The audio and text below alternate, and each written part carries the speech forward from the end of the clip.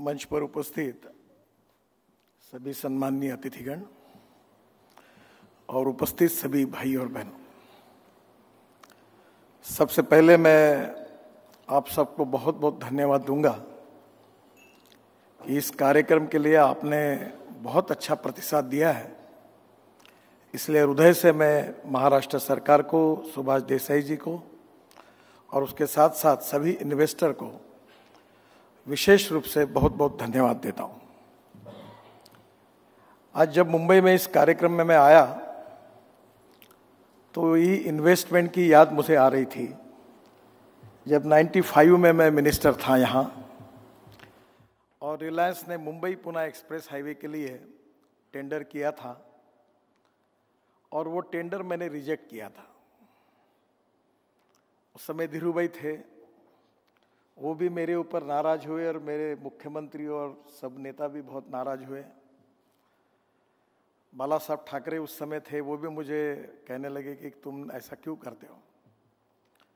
तो मैंने उनको कहा था कि मैं पब्लिक से पैसे लाऊंगा और express highway Worli Bandra sea link project 55 flyovers बनाऊंगा। तो सभी लोग मुझे हंस रहे थे।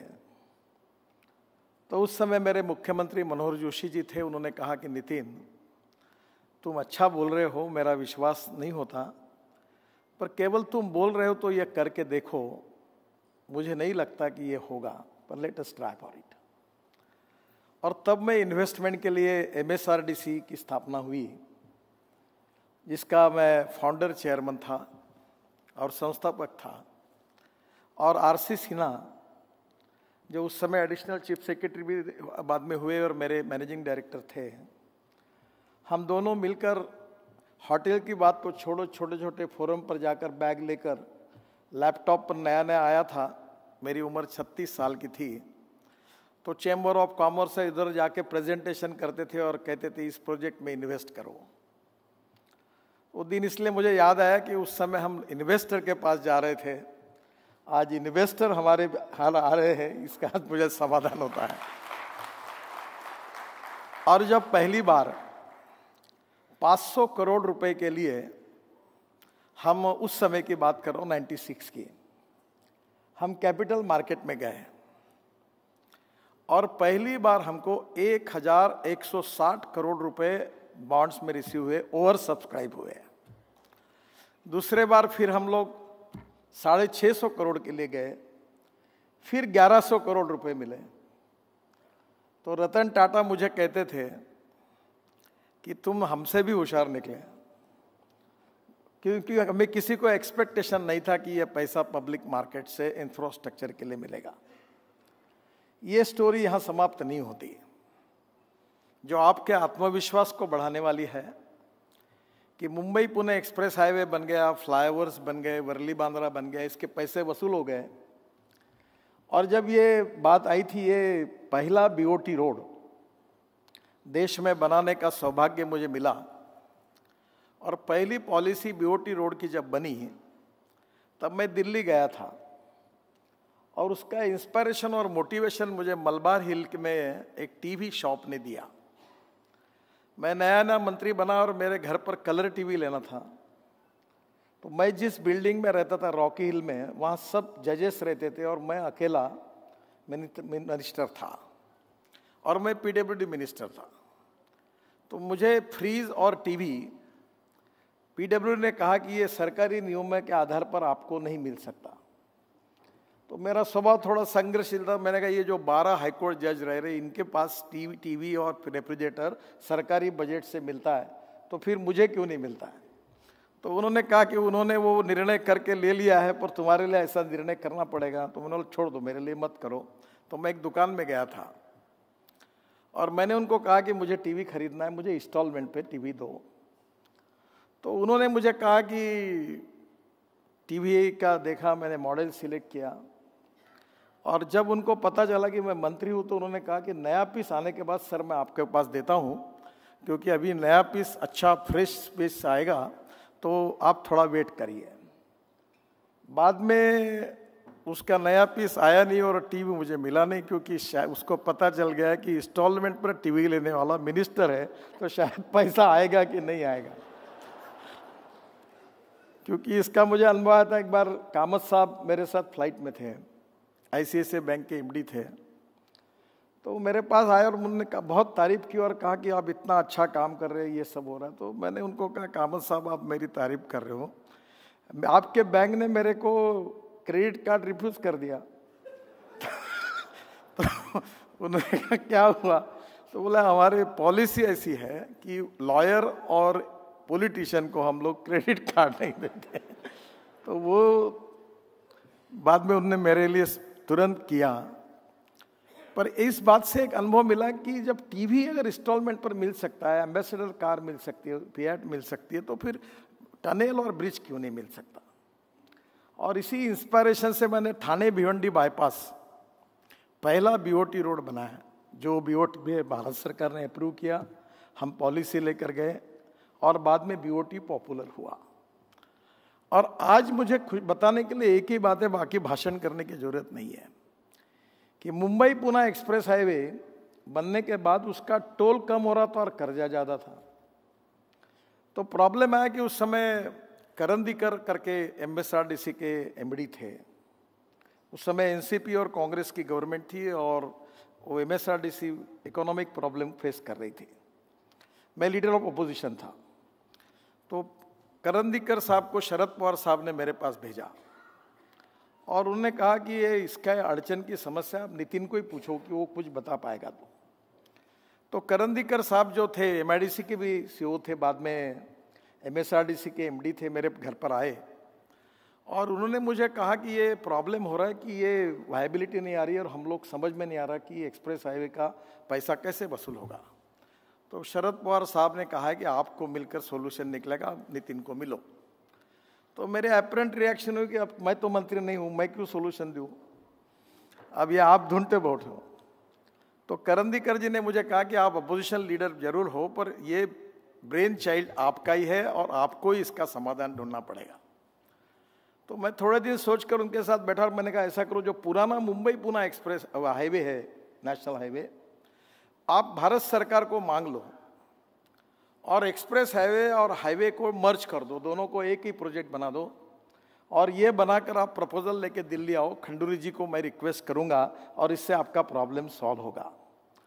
वो दोनों प्रोजेक्ट मर्ज करने से उसकी इकोनॉमिक वायबिलिटी अच्छी हो गई और भारत सरकार में खंडूरी जी को मैंने रिक्वेस्ट की, उन्होंने वो अनुमति दी और पहली बार महाराष्ट्र सरकार ने उसको मोनिटाइज किया, उनको 3000 करोड़ रुपए मिले। बाद में वो पीरियड खत्म हो गया, जबकि कॉस्ट जो थी कंस्ट्रक्शन की, मैं इन्वेस्टर के कॉन्फिडेंस के लिए यही उदाहरण बताना चाहूँगा कि रिलायंस ने कोट किया था 3600 करोड़, हमने उसको रिजेक्ट करके एमएसआरडीसी के द्वारा पूरा किया 1600 करोड़ में, 2000 करोड़ बचाए।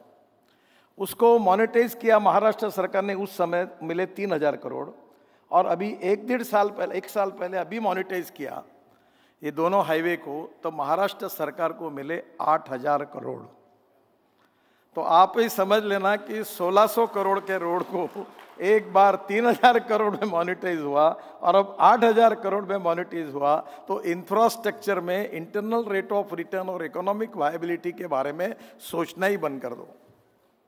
जहां ट्रैफिक डेंसिटी, कल मैं पार्लियामेंट क्वेश्चन के लिए ब्रीफिंग कर रहा था और हमारे रिंग रोड के लिए, अभी बेंगलोर का रिंग रोड बनाने के लिए 22,000 करोड़ लगते हैं, हैदराबाद के रिंग रोड के लिए 17,000 करोड़ लगते हैं।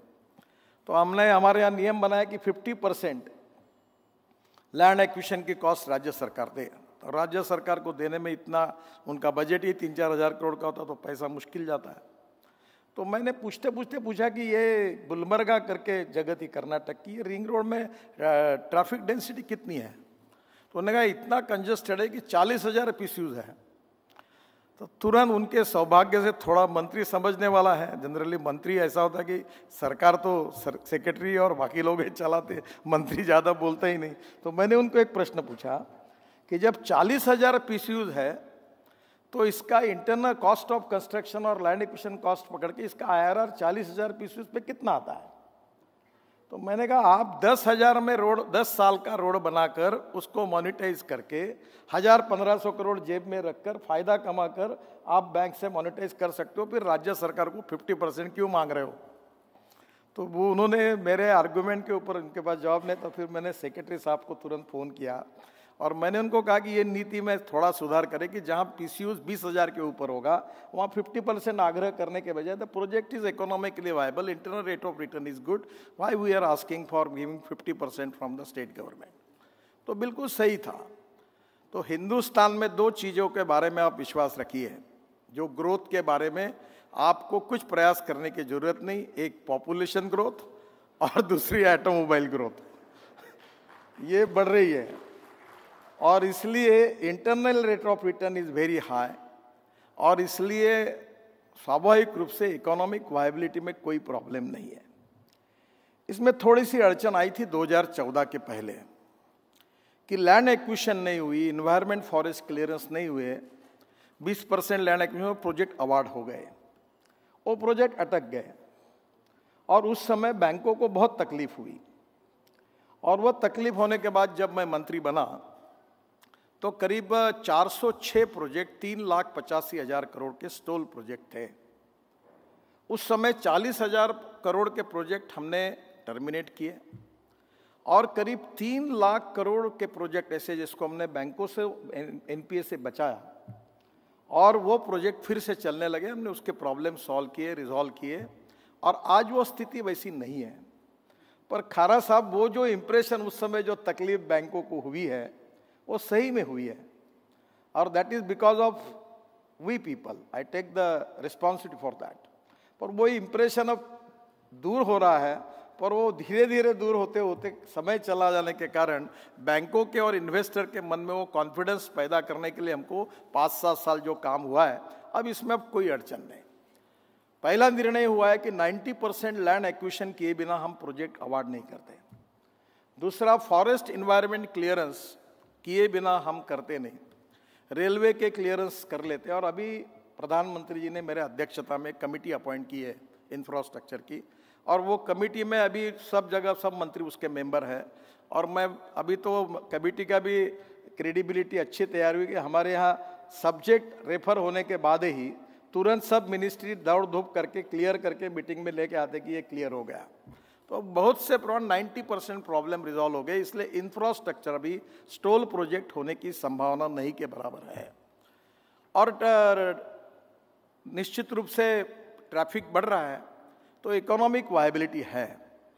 इवन वर्ली बांद्रा का अभी आशीष सिंह जी बता रहे थे कि मैंने जब अवार्ड किया था ये प्रोजेक्ट तो 420 करोड़ का था।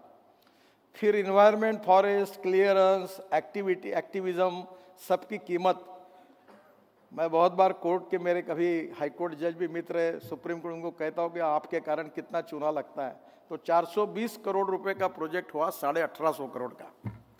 पर 1850 करोड़ उसका एस्केलेशन होने के बाद में भी आज आशीष सिंह जी बता रहे थे कि 900 करोड़ टोल मिल रहा है, तो उसके भी पैसे वसूल हो गए, फ्लाईओवर के भी पैसे वसूल हो गए और ऊपर से उसमें से अब उस इक्विटी का उपयोग बाकी प्रोजेक्ट के लिए हो रहा है।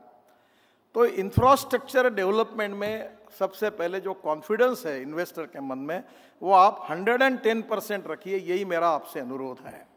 मैं एक सिंपल उदाहरण बताता हूँ कि मथुरा में मैं वाटर रिसोर्सेस मंत्री था और मथुरा में जो स्लज था, सीवेज वाटर, गंदा पानी, उसके ऊपर मैंने हाइब्रिड एन्युटी में एक प्रोजेक्ट तैयार किया जिसमें 40% सरकार ने दिए और 60% इन्वेस्टर ने लाए। तो वहाँ इंडियन ऑयल की रिफाइनरी है, वो सरकार से पानी लेते थे। तो मैंने उनको कहा कि ये 80 mld स्लज जो है इसको शुद्ध करके रिसाइकलिंग हुआ पानी में आपको देता हूँ, आप कितने पैसे देंगे? तो इंडियन ऑयल ने कहा 20 करोड़ रुपए देंगे साल के।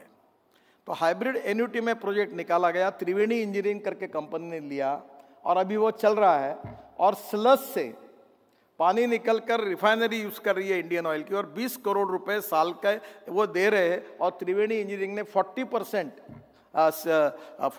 सरकार के और 60% इन्वेस्टर के और बैंक ने सपोर्ट किया और वो प्रोजेक्ट सक्सेसफुल हुआ। तो रोड तो सक्सेसफुल हुआ, एयरपोर्ट साहब बैठे हैं, अभी एयरपोर्ट में भी मॉनिटाइज करके काफी बड़े प्रमाण पर इतना 22% ग्रोथ है। और इसलिए रोड सेक्टर में, इंफ्रास्ट्रक्चर में, सभी जगह पर इकोनॉमिक वायबिलिटी है और इसलिए इंफ्रास्ट्रक्चर में अब इन्वेस्टमेंट करने में कोई अड़चन नहीं है। और इसलिए आप लोगों के जितना इन्वेस्टमेंट आएगी उसका ही फायदा होगा। अभी जैसे इसका केवल इन्वेस्टमेंट फायदा जो दूसरा है, अब मुंबई और पुणे में इतना ट्रैफिक जाम है, हम लोग मुंबई दिल्ली हाईवे को सूरत से एक नया रोड बना रहे, सूरत से नासिक, नासिक से अहमदनगर, अहमदनगर से सोलापुर और सोलापुर से चेन्नई, बेंगलोर, कोचीन, हैदराबाद, सबके लिए वहाँ से पूरे साउथ में जाएंगे। तो उत्तर का पूरा ट्रैफिक जो नॉर्थ से आ रहा, पंजाब, हरियाणा, गुजरात, राजस्थान, दिल्ली, वो पूरा ट्रैफिक जो मुंबई पुणे आके साउथ में जा रहा था वो सूरत से बदल जाएगा। तो यहाँ का ट्रैफिक जाम कम हो जाएगा। हम ऐसे 26 ग्रीन एक्सप्रेस हाईवे बना रहे हैं, करीब 2 लाख करोड़ की टनल्स बना रहे हैं और हमें कोई पैसे की कोई कमी नहीं है। मैं अभी हमारे सेक्रेटरी साहब को कह रहा था, ये टारगेट शब्द NHAI की डिक्शनरी से निकाल दूंगा। आप में जितनी ताकत होगी उतना काम आप करोगे, आपको पैसे की कमी कभी नहीं पड़ेगी, क्योंकि हम गोल्ड माइन पर बैठे हैं। इतना हमारा टोल का इनकम है और आगे और बढ़ते ही जा रहा है, तो हमें कोई प्रॉब्लम नहीं है। और इसलिए TOT का जो मॉडल बना था पहला, वो 5000 करोड़ का था, तो उसमें फॉरेन इन्वेस्टर ही आए। तो मैंने आग्रह से कहा कि ये मॉडल छोटा करो। अब 500 करोड़ के ऊपर के 500,000 करोड़ के मॉडल हुए तो इंडियन इन्वेस्टर आए।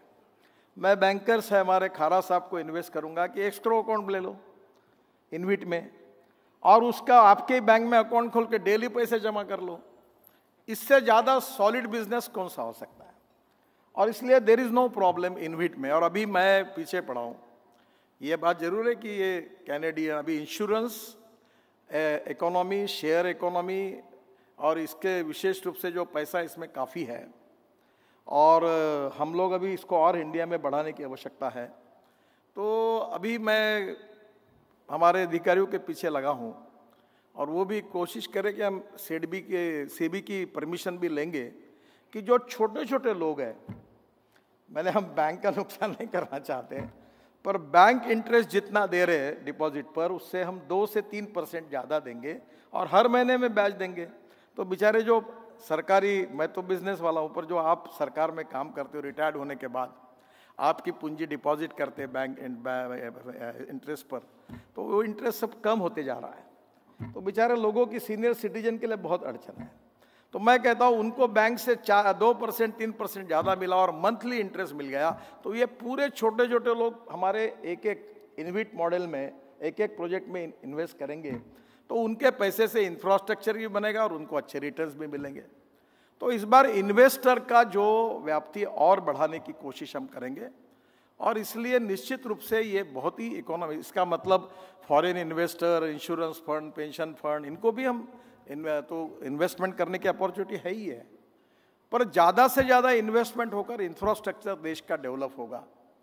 एक और अच्छी बात हुई है कि लॉजिस्टिक कॉस्ट को कम करने से इकोनॉमिक ग्रोथ होगी। अभी जैसे चाइना में ये 8 से 10% है, America and western country Europe में ये 12-13% है, और इंडिया में ये 14 से 16% है। और इसका सबसे बड़ा कारण है कि काफ़ी हमारे अच्छे रोड नहीं है, रेलवे में दिक्कतें हैं। तो अब इस समय जो नया इंफ्रास्ट्रक्चर डेवलप होगा, इससे हम लोग ट्रांसपोर्ट मंत्री होने के नाते फ्यूल में भी काम कर रहे हैं और उसके साथ नए रोड बना रहे हैं। अभी मुंबई से दिल्ली हम कार से आते हैं, अभी 48 आवर लगते हैं। अभी निश्चित रूप से 1 साल के अंदर मुंबई से दिल्ली कार से 12 घंटे में होगा। तो 12 घंटे में होगा तो पेट्रोल कम खर्चा होगा। वैसे ट्रक का जो 1 महीने में 4 ट्रिप मार रहा था, वो 8 ट्रिप मारेगा, तो लॉजिस्टिक कॉस्ट कम होगी। और 40 टन का ट्रक होगा, और उसमें भी डीजल के बजाय अगर उसमें LNG आया, CNG आया, अब ग्रीन हाइड्रोजन आएगा, तो नेचुरली और कॉस्ट कम होगी। और एक बात जो है, जो थोड़ा सा मैं रिक्वेस्ट करूंगा आप लोगों को भी, कि आपने वाटर ट्रांसपोर्ट का जो पोटेंशियल है उसको इसके साथ इंटीग्रेट करना चाहिए। मैं जब शिपिंग मंत्री था तो मैंने वाराणसी से हल्दिया 1380 किलोमीटर वाटरवेज बना दिया, और 4 मल्टी मॉडल हब बने, गाजीपुर, हल्दिया, साहिबगंज और वाराणसी। और रोड से जाने के लिए अगर 10 रुपये लगते हैं, रेलवे से जाने के लिए 6 रुपये लगते हैं, तो पानी से जाने के लिए 1 रुपया लगता है। तो और लॉजिस्टिक कॉस्ट कम होगी तो मैन्युफैक्चरिंग और बढ़ेगा और एक्सपोर्ट और ज़्यादा होगा। मैं एक छोटा सा उदाहरण अभी मेरे क्षेत्र में है इसलिए मैं वहाँ की आपको बता रहा हूँ कि अगरबत्ती की जो काड़ियाँ होती है वो पूरी पहले हांगकांग, वियतनाम और चाइना से इंपोर्ट हो रही थी। मैं बहुत पीछे पड़ा, फाइनेंस मिनिस्ट्री, प्रधानमंत्री के पीछे पड़ा, हमने पूरा इंपोर्ट बंद कर दिया। अब वो स्टिक्स बनती है, नॉर्थ ईस्ट में ही बाम्बू है। तो मैंने त्रिपुरा के चीफ मिनिस्टर को, तो कुछ धंधा मत करो, एक ही करो कि बस अगरबत्ती की काड़ियाँ बनाओ। और अगरबत्ती की काड़ियाँ बनाकर हमने जो जोगी जोपा में जो बना है उसमें 4,000 टन के इसमें अगरबत्ती की काड़ियाँ पैक करके वहाँ से वाराणसी आएगी। और नागपुर में मैंने अगरबत्ती वालों के साथ मीटिंग कराकर उनको कहा कि वाराणसी से वाया जबलपुर नागपुर में शॉर्टकट है, तो लॉजिस्टिक कॉस्ट एकदम कम हो जाएगी और अगरबत्ती आप यहाँ बना पाओगे। ऐसा वो बंगलोर में भी एक काड़िया जाएगी। तो आज अगरतला में, त्रिपुरा, पूरे नॉर्थ ईस्ट में स्टिक्स बनाने का काम बड़ा ऑलरेडी शुरू किया। मैं एमएसएमई का मंत्री था, काफ़ी आसाम में बड़ी बड़ी फैक्ट्री खुल गई। वो केवल अगरबत्ती की काड़िया बना से इंपोर्ट सब्स्टिट्यूट है और लोगों को रोजगार मिलेगा। तो ऐसी बहुत सी बातें हैं कि लॉजिस्टिक कॉस्ट ठीक से बचाने से और मल्टी मॉडल ट्रांसपोर्ट फैसिलिटी को यूज़ करने से इकोनॉमिक ग्रोथ होगी और एम्प्लॉयमेंट पोटेंशियल बढ़ेगा। और इसलिए ये आज बहुत अच्छी बात है कि आज विशेष रूप से पहला तो NHAI के बारे में मैं कुछ ज़्यादा बोलने की आवश्यकता नहीं है क्योंकि रोड का अनुभव आप सबको आता ही है और इन्वेस्टमेंट अच्छी हो रही है, सब जगह अच्छा काम हो रहा है। रिगार्डिंग लॉजिस्टिक पार्क की हमने नई शुरुआत की है और ये मल्टी मॉडल लॉजिस्टिक पार्क है।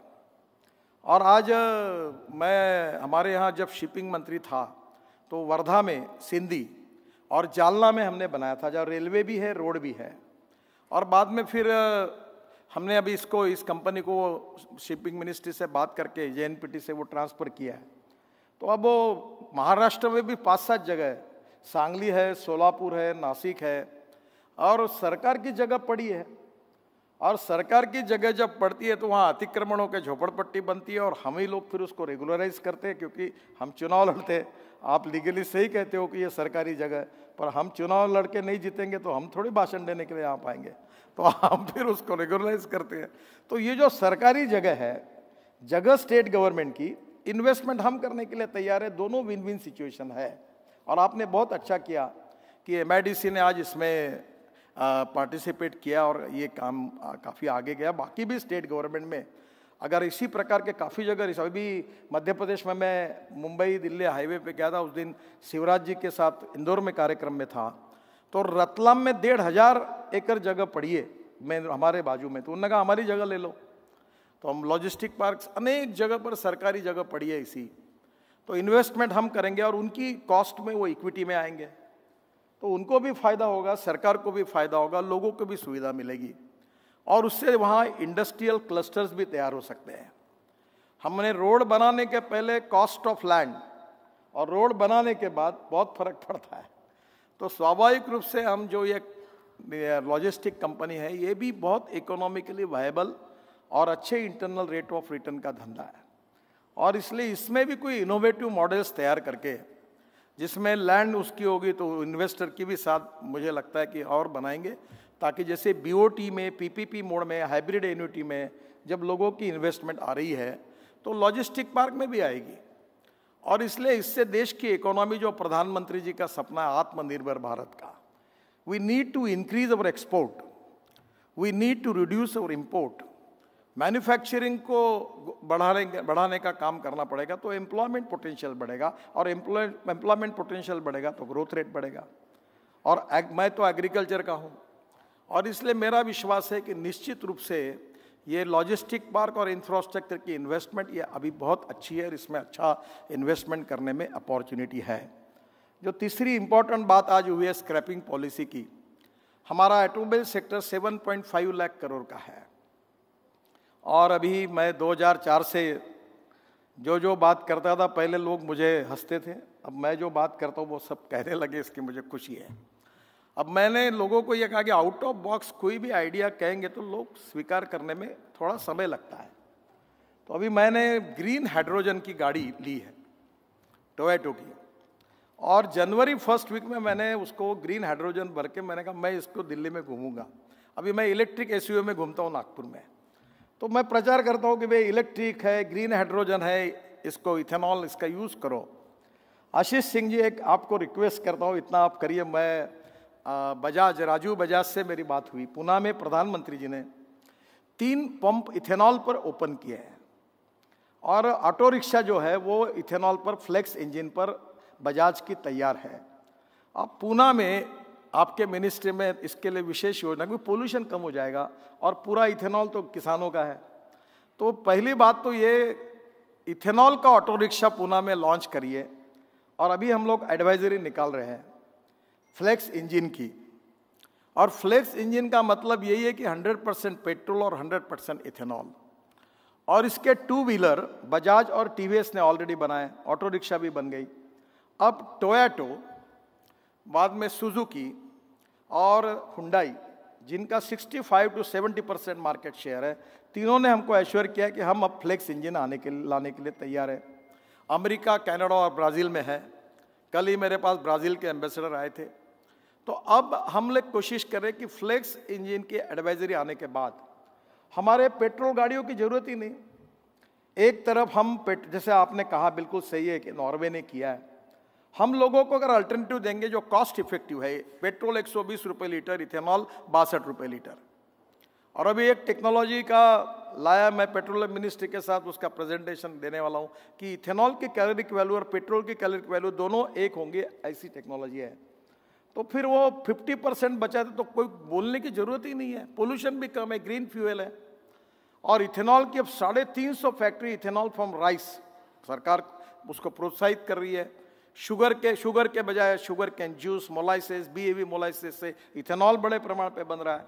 तो हम क्यों 8 लाख करोड़ का जो इंपोर्ट करके पूरा पोल्यूशन करके, दिल्ली, मुंबई सब जगह प्रॉब्लम है, तो क्यों नहीं हम इसको यूज़ करें। और इसलिए फ्लेक्स इंजन के बारे में भी हम एडवाइजरी इशू कर रहे हैं। और मेरा बिल्कुल विश्वास है कि 2-3 साल के अंदर हमारी पेट्रोल के बजाय हमारी व्हीकल इथेनॉल पर कन्वर्ट हो जाएगी। फिर इलेक्ट्रिक जो बैटरी केमिस्ट्री है, इसमें अच्छा काम हुआ है। अब 85% लिथियम आयन बैटरी देश में बन रही है। और इसके बाद और अच्छा रिसर्च चल रहा है, हमारी मिनिस्ट्री में लगातार हम उसके पीछे लगे कि sodium ion, aluminium ion, zinc ion, वो भी केमिस्ट्री डेवलप हो रही है। और लिथियम आयन बैटरी की भी कीमत कम हो रही है। और मैं पूरे कॉन्फिडेंस के साथ बताता हूँ कि 2 साल के अंदर इलेक्ट्रिक स्कूटर, इलेक्ट्रिक कार, इसकी पेट्रोलियम कार के बराबर कीमत होगी। तो आज इलेक्ट्रिक के पेट्रोल कार को जाने के लिए 10 रुपये किलोमीटर लगता है, डीजल को 7 रुपये लगता है और इलेक्ट्रिक को 1 रुपया लगता है। तो धीरे धीरे कहने की जरूरत ही नहीं, लोग ही उसको लेंगे और पोल्यूशन नहीं है। तो ये होना ही है।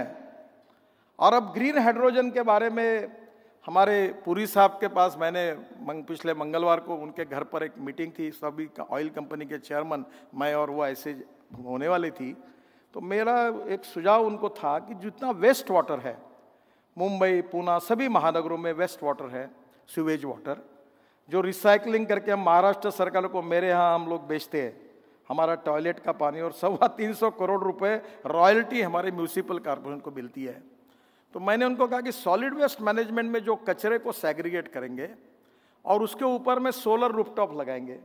और एक छोटा सा गुजरात की एक कंपनी ने छोटी विंड मिल निकाली है फाइबर ग्लास की, तो उससे पावर तैयार होगी। और पावर कॉस्ट अगर सस्ती होगी तो 50 रुपये किलो ग्रीन हाइड्रोजन मिलेगा, तो एकदम इतना फायदा हो जाएगा कि हम स्टील इंडस्ट्री में, सीमेंट इंडस्ट्री में कोल के बजाय ग्रीन हाइड्रोजन यूज करेंगे। और ग्रीन हाइड्रोजन एक्सपोर्ट करने वाली कंट्री हमको बनाना है। प्रधानमंत्री जी ने हाइड्रोजन मिशन बनाया। और ये जो हाइड्रोजन मिशन है, इसके लिए हर नगर पालिका, महानगर पालिका अगर गंदे सॉलिड वेस्ट मैनेजमेंट में ऑर्गेनिक कचरे को अलग निकाल के भी हाइड्रोजन बना सकती है। और कल ही मेरे पास एक बहुत बड़ा डेलीगेशन आया था, शेखावत जी हमारे मंत्री उनको लेकर आए थे। ब्राज़ील और अमेरिका के करीब 10-12 लोग थे। मैं अभी बेंगलुरु 10 तारीख को जा रहा हूँ। इलेक्ट्रोलाइज़र यही हमारी कंपनी बना रही, भारतीय कंपनी, और इलेक्ट्रोलाइज़र अमेरिका में एक्सपोर्ट कर रही है। हमारे देश में इलेक्ट्रोलाइज़र तैयार करने वाली 10 कंपनियाँ आ गई। जो सेमी कंडक्टर्स उन्होंने मुझे दिखाए, सब बनाने वाले हमारे इंडियन इंजीनियर्स हैं जो अमेरिका में काम कर रहे हैं। वो हिंदुस्तान में आना चाहते हैं और हमारे यहाँ बेंगलोर से वो सब एक्सपोर्ट कर रहे हैं अमेरिका में। तो हमारे यहाँ हम लोग green hydrogen, ethanol, methanol, biodiesel, LNG, CNG, ये सब आने वाले इसमें ऑप्शंस अगर लोगों को दिए तो और कॉस्ट कम होगी। और इसमें सबसे बड़ा फायदा स्क्रैपिंग का होगा। जो 7.5 लाख करोड़ की ऑटोमोबाइल इंडस्ट्री है, ये 5 साल के अंदर 15 लाख करोड़ की बनेगी। और हिंदुस्तान ये ऑटोमोबाइल मैन्युफैक्चरिंग का नंबर 1 का हब बनेगा। ऑलरेडी ऑल वर्ल्ड के सभी प्रेस्टिजियस ब्रांड हिंदुस्तान में प्रेजेंट है। और ये जो स्क्रैपिंग से जो नए व्हीकल जो बनते हैं उसकी जो रॉ मटेरियल की कॉस्ट है वो 35% कम होगी। और ये जो स्क्रैपिंग में तो लिथियम आयन भी निकलता है और 95% उसका मटेरियल यूज होता है। तो ये जो मैन्युफैक्चरिंग में जो मटेरियल यूज हो रहा है उसकी 35% कॉस्ट अगर कम होगी तो टाटा और महिंद्रा कोई सामाजिक कार्य करने के लिए थोड़ी डाल रहे यूनिट। ये इकोनॉमिक वायबिलिटी उनको समझ में आई, इसलिए वो 5 यूनिट 10 यूनिट डाल रहे हैं। मेरा आपसे अनुरोध है कि फिटनेस सेंटर, स्क्रैपिंग यूनिट और ड्राइविंग ट्रेनिंग सेंटर का एक बनाकर आप जैसे बाकी राज्य सरकार में पॉलिसी बनाई, आप भी बनाइए। और ये बड़े प्रमाण पर अगर तो रोजगार भी निर्माण होगा और इससे देश की ऑटोमोबाइल इकोनॉमी, ऑटोमोबाइल इंडस्ट्री ऐसी है कि सबसे ज़्यादा एम्प्लॉयमेंट देने वाली इंडस्ट्री देश की ऑटोमोबाइल इंडस्ट्री, सबसे ज़्यादा टैक्स देने वाली ऑटोमोबाइल इंडस्ट्री। और अभी हम लोग फाइनेंस मिनिस्टर और उनको कन्विंस कर रहे हैं कि अगर एक जो 15 साल पुराना ट्रक जो है वो आज के जो 15 नए ट्रक जितना पोल्यूशन करते हैं उतना पुराना एक ट्रक पोल्यूशन करता है। तो ये पोल्यूशन कम करने के लिए इम्पोर्टेंट है। और सरकार को भी, राज्य सरकार का भी रेवेन्यू बढ़ेगा करीब 16%। 1 करोड़ व्हीकल अगर स्क्रैपिंग होंगे तो ये 1 करोड़ में से 90 लाख लोग तो नए व्हीकल खरीदी करेंगे। तो जीएसटी किसको मिलेगा? राज्य सरकार और भारत सरकार को जीएसटी मिलेगा। ऑटोमोबाइल इंडस्ट्री का ग्रोथ होगा, एम्प्लॉयमेंट पोटेंशियल बढ़ेगा और हमारा एक्सपोर्ट बढ़ेगा। तो मेरा आपको यही कहना है कि ये भी विन विन सिचुएशन है। हम वी नीड कोऑपरेशन, इनिशिएटिव तो हमने लिया है पर इसमें भी बड़े प्रमाण पर इन्वेस्टमेंट आ सकती है।